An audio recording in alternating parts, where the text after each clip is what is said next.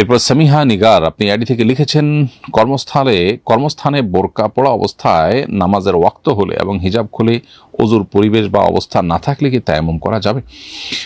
উত্তর হলো বোন, কর্মস্থলে হিজাব পরা অবস্থায় নামাজ যদি পড়তেই হয় তাহলে সেক্ষেত্রে আপনি নামাজ পড়তে পারবেন। তবে একান্তে কোনো জায়গায় যদি ওয়ালের দিকে ফিরে নামাজ পড়বেন তাহলে মুখ খুলে নামাজ পড়বেন। নারী পুরুষ সবার জন্য নামাজের সময় মুখ খোলা উচিত।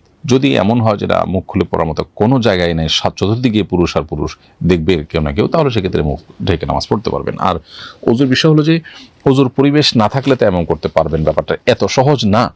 ওযুতে অপারগ হলে সম্পূর্ণ তখন তায়াম্মুম করতে পারবেন। আপনি ওয়াশরুমে যেতে ওযু করতে পারবেন অ্যাটলিস্ট, সেখানে তো আপনার কেউ দেখবে না।